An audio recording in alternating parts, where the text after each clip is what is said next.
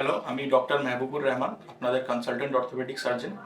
আজকে আমরা যে বিষয়টা নিয়ে কথা বলবো সেটা হচ্ছে টেনিস এলবো। আর টেনিস এলবো প্রবলেমটা কি? অনেক সময় আমাদের চেম্বারে পেশেন্ট আসে যে স্যার এই কনুয়ের বাইরের দিকে হাড়টাতে ব্যথা হচ্ছে, এবং যখন ভারী ওজন স্পেশালি তোলা যদি কাজ থাকে, বলে স্যার ভারী ওজন তুললে ব্যথাটা বাড়ে। যেমন হাতুড়ি মারা, মিস্ত্রিরা এসে বলে স্যার প্লাস্টার করার সময় ব্যথা হয়, স্ক্রু দেওয়ার সময় অসুবিধা হচ্ছে, এবং কাপড় নিংড়ানোর সময় ব্যথাটা বাড়ছে, বা স্যার যে কোনো ভারী ওজন তুললে ব্যথাটা বেড়ে যাচ্ছে। কিছু কিছু স্পোর্টসদের খেলোয়াড়দের, যেমন টেনিস প্লেয়ার, ক্রিকেটার্সদেরও এটা হতে পারে। তো ওনারা এই ব্যথাটা নিয়ে আসে। বা টেনিস এলবোর রোগটা কি?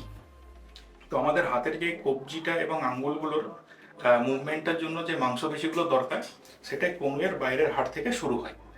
এবং যারা অতিরিক্ত এই ভারী ওজন তোলা বা রিপিটেটিভ অ্যাক্টিভিটিতে ইনভলভ থাকে, তাদের এই মাংসপেশিগুলোর এখানে ইনফ্লেমেশন হয়, এবং এটা হচ্ছে ব্যথার কারণ।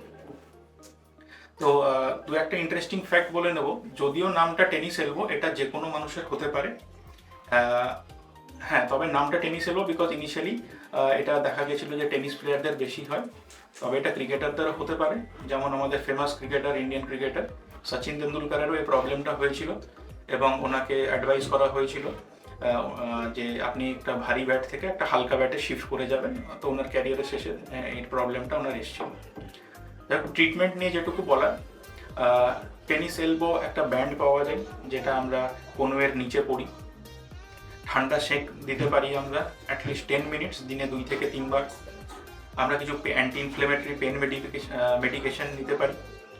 এবং ফিজিওথেরাপি হচ্ছে খুব ইম্পর্টেন্ট একটা পার্ট টেনিস এলবো ট্রিটমেন্টের, যেখানে আমরা কিছু স্ট্রেচিং এবং স্ট্রেংথেনিং এক্সারসাইজেস করি। কিছু কিছু ক্ষেত্রে আমরা স্টেরয়েড ইনজেকশন দিতে পারি, এবং খুব রেয়ারলি, মানে আবার রিপিট করছি, মানে খুব রেয়ারলি কিছু সার্জিক্যাল প্রসিজিওরস প্রয়োজন হয়। শেষ করার আগে এইটুকুই বলবো যে আপনি বা আপনার ফ্যামিলি এবং ফ্রেন্ডসরা যদি এই সিমিলার প্রবলেম ফেস করছেন, চিন্তা করবেন না। টেনিস এলবো ট্রিটমেন্টটা খুবই সোজা। আপনারা কনসাল্ট করুন, এবং খুব শীঘ্রই আপনারা আগের দৈনিক কাজে ফিরে যেতে পারবেন। Thank you.